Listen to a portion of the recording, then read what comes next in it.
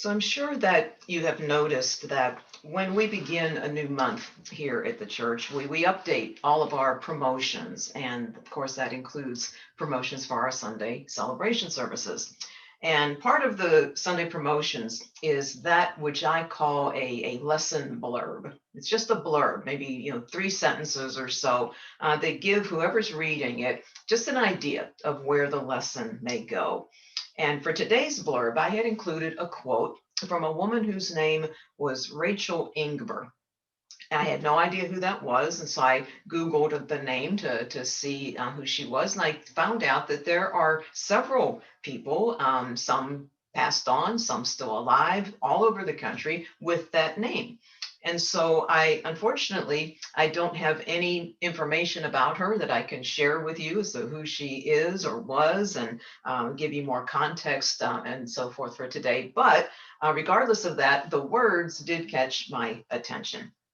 And what she had written was, a name represents identity, a deep feeling that holds tremendous significance to its owner. A name is one's identity, something of tremendous significance to its owner. And I began to wonder about the origin or the origins of that significance and what made it so. And as I was just pondering that, I just looked at my own family. In my family, it was very common, to give a newborn child a name from the books in the Bible. Sometimes it was their first name, other times it was their middle name.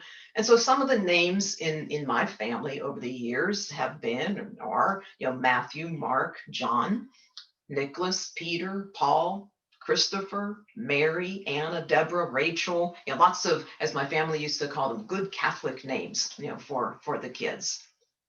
And then also in my family, specifically to my sons and their wives, they approached naming their children in two different ways. One pair wanted to choose names that were, at least from their perspective, somewhat unique. And then the other pair, they wanted to have all of their kids' names end with the long E sound, and they wanted to honor different generations of their families. And so on the first side, just a couple of the names there are, Camille Leilani and Autumn Giselle. And then the other son and his wife, their kids are Macy, Brady, and Aubrey.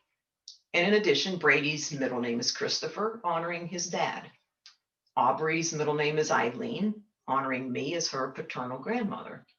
And Macy's middle name is Maureen, honoring her maternal great-grandmother. So maybe you have some of these or other kinds of naming traditions in your family histories too. And it was traditions like these that took a writer by the name of Paul Pritchard on quite a journey of discovery. And he shared a little bit about this. It was a journey of self-discovery. And he shared a little bit about it on the website that's called upliftconnect.com. And I'd like to expand on just a few highlights of that journey as they relate to our celebration today of the White Stone Ritual. So Paul, Mr. Pritchard, he was born into a Catholic family, and he writes in his article that he was one of those, quote unquote, good Catholic boys as he was growing up, and that the name he was given, the ideology behind it, really helped shape him as he began to mature into older ages. And he began to see his given name as a form of autopilot that was just in complete control of his life, that it was something that he could not be separated from, and that it was who he was until it wasn't. And what had been the significance for him was now a crisis. He was literally having an identity crisis. And if you think about religion, and the dogma and the teachings and the creeds that are often a part of it, there are some traditions that are quite rigid and very strict about their beliefs and compliance with those beliefs. But Mr. Pritchard awoke one day feeling more curious than rigid, to feeling as if there was something greater and greater experiences waiting for him in his life, that he was meant to do something other than the life that he had been born into. He said it was if he was screaming at the top of his lungs, I am not just this body. I am more than the sum of my name, my birthplace, this family, this working class harness, this enforced limitation. And so the identity crisis began. And for him, the crisis was one of belonging and not knowing where that was, and clearly not really knowing who he was. And oftentimes, when we don't like where we are or what we're experiencing or who we're with, while at the same time not knowing, where or with whom we'd like to be, we settle it first by just escaping what is. We immerse ourselves in things that fit our moods. It might be the music that we begin to listen to, or artwork that we surround ourselves with, or literature that we begin to read. I had a friend many years ago now who turned to the theater and theatrical performances so that she could immerse herself in a different character maybe once every other month. And that character was something that took her away from who she was and things that were going on in her life and in her home at that time. And then, of course, there are much more unhealthy and harmful ways to escape, excesses and abuses in any number of forms. But we all move through these periods of identity crises in our own ways. They usually will take some time and also some assistance from others of both a personal and professional nature. But more often than not, as we do begin to move through them, we find ourselves moving from thinking that there is something wrong with us. That's why, in this case, for Paul, he couldn't belong. There's something wrong with him. But we move from that way of thinking to a place of realizing that all we're trying to do is simply find our authentic selves, our true authentic selves. And that realization right there can serve to catapult us out of the crisis mode that we've been in. And it can gently lay us down on a very special space on the journey. And it's that place where we come to understand that what we have been moving towards and have now arrived at is what Paul wrote, and I totally agree with this. It is a spiritual awakening. It is a spiritual awakening. And when things shift to the spirit side of life, finding ourselves shifts with it as well. As our opening words to our definition of our core value of spirit-led said, we turn within to spirit. So the search for ourselves is no longer focused out there. It is internalized within. And that self that we're seeking takes on a much simpler feel. Now, I say simpler, that doesn't necessarily mean that the process is easy. And I know that a lot of you can relate to that. I know that many of you have traveled long and sometimes, challenging journeys or paths as you've come to discover, the real you, the authentic you, that sacred you. Perhaps as it was for me, it was for you as well, that the challenges in this process were really having to come face to face with the things that we had previously been trying to escape.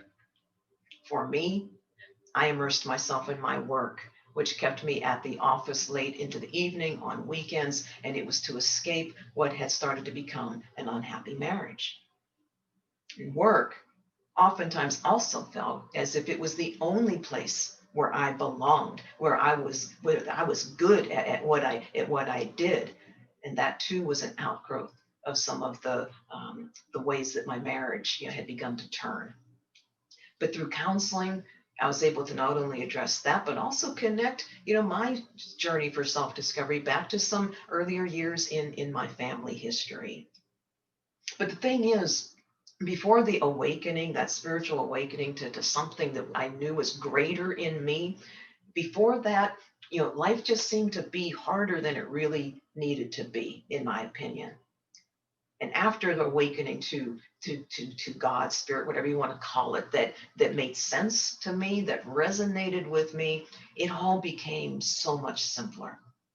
And the simplicity was in the truth that who I was who I could become, all that I could set my mind to do, all of that was only between me and God. And I felt at great depth that the complexities, also known as the challenges and the sorrows and the pains in life, would be easier to accept and embrace and move through if I called upon that God much more often. And I really like the name that Mr. Pritchard gave to the transformational point on this journey, because what started as an identity crisis that then gave way to a spiritual awakening becomes the place of transformation, transforming a person into what Mr. Pritchard calls an ongoing seeker.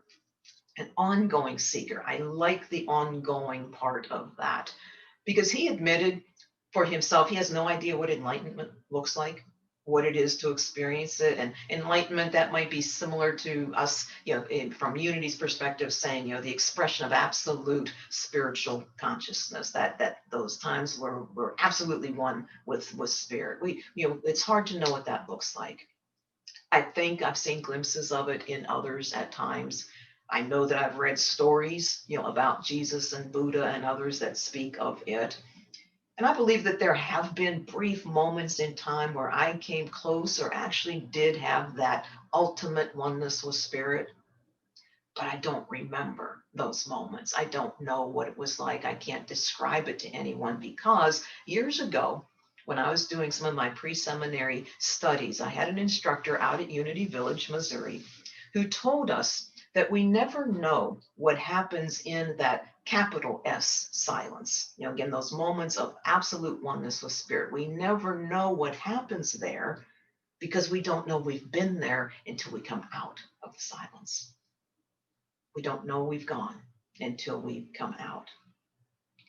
And with that, it's one of the ways I really learned the importance of then focusing continually on going within, because it's no longer about finding ourselves any longer. It's about remembering who we are, who we've always been, who we will always be. And we remember as we continue taking off any masks that we find ourselves wearing, when we peel back the veils of illusion, the veils of escapism, and we continue revealing what is unmistakable, non-dualistic spiritual truth about who and what we are. Sometimes when a person moves through these kinds of identity processes, they find themselves guided to take on a new name. In Scripture, the Apostle Paul was not always Paul. His given name was Saul. And Saul was a persecutor of the church, couldn't stand the church, but then he had his spiritual awakening. And that awakening led to his embracing the church and its teachings, and he then took on the name Paul. One of my Unity minister colleagues is also an ordained Buddhist minister. And as she went through the ordination process for Buddhism, she took on a new name that was reflective of the Buddhist traditions. And for others, these times of awakening to our true selves are times that we keep and we embrace our given names just as they are, but with renewed meaning underneath them. When I divorced, I had the choice. I had the choice to drop and give up my married name and take back my maiden name. But my given first and middle names, along with my married name, they felt important for me to keep just as they were as I moved forward with my life. They represent all the family from which I came and the new generation of family that I helped create. And both brought me to where I was at that point in time. And I wanted the best of both to continue supporting me as I moved forward. And they have. I also embrace the process and the ritual of the white stone, one in which, with the beginning of a new year, my higher self offers a word to me that would be an additional name, if you will, one that I can call upon to shine its light upon the wisdom and the clarity and the guidance of spirit in me throughout this year. And so we're going to move into our white stone ritual now so that each of us will have the opportunity to experience this sacred process of discernment. If anyone is not familiar with the white stone ritual, I can share that it connects to a story that's found in the book of Revelation in the Bible, and it also connects back to Roman history. Because in Roman times, if you were a citizen of Rome, you were given a white stone, and that white stone symbolized your freedom. You were a free person, and it also symbolized the fact that you, as a free person, you had the full power and support of the Roman government behind you. But if you were ever to go astray, if you were ever to commit a crime, your stone was taken away from you. You were not permitted to have it while you were in prison. So in a very big way, a part of your identity was taken from you. And then when you completed serving your time and got released from prison, you were given a white stone once again. So you can imagine how empowering the meaning of the stone was to those living in ancient times, and how disempowering it would have felt to have your stone taken away as you are locked into a cell. Well, this morning, we have the opportunity through our white stone ceremony to experience the spiritual freedom that is our birthright, an opportunity to reflect and to prayerfully receive whatever quality or guiding words of wisdom that will best support and empower us in becoming who we each wish to be, and all that we will feel called to do in this new year of 2021, whether any of those things are known or unknown in this particular moment. And so before going into the ritual, I just want to make sure that everyone just has a moment to take their white stone. You want to have a pencil or perhaps a marker handy as well. I do know that ink pens typically do not write on these stones. And so again, pencil or marker would be fine. And what we're going to do, we'll have a very brief prayer to take us into a couple of minutes of silence. And at any time in this process, that the word, the phrase, it could be a picture, it could be whatever comes to you that you know is to go on your stone, go right ahead and write it. And just know that if 15 other people around you this morning get the exact same word, it is uniquely yours in terms of the way that you are unique to each other, and you will have unique ways in which to embody and model and use that word as you go throughout this year. And so if you haven't already, I invite you to just take your stone in your hand. And if you can, just try to just feel into its energy. And its energy exists such that these stones all originated in Israel.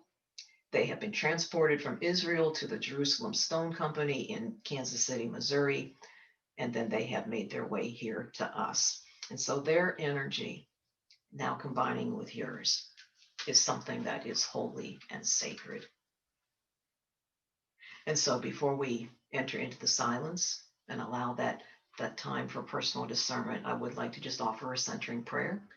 Its author was noted as being unknown. And so once again, we turn within to spirit. And as you turn within to spirit, as you invite it to place a new name for 2021 upon your heart, may there be peace within you.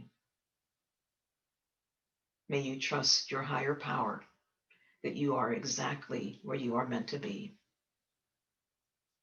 May you not forget the infinite possibilities that are born of faith. May you use the gifts you have received and pass on the love that has been given to you. May you be content knowing you are a child of God. Let this presence settle into your bones and allow your soul the freedom to sing and dance, to praise and love. His presence is there now and always, for and in each and every one of you. And so we move now into a time of silence. We open our hearts and we receive the guiding word or words that will foster our greatest expressions of the oneness we share in spirit, the great I am.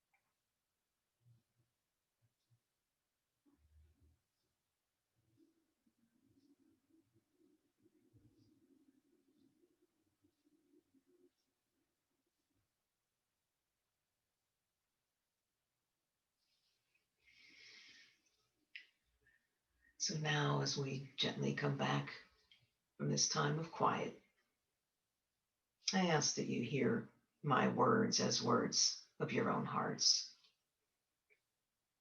I have listened, and I have placed my word or words upon my stone. And now, together with everyone in this spiritual family, I bless my stone and the intention it holds. I allow it to guide me forward, to be a beacon in any darkness, a light upon each step that is mine to take. And for this new year and all of the gifts it brings, I am grateful. And so it is. Amen.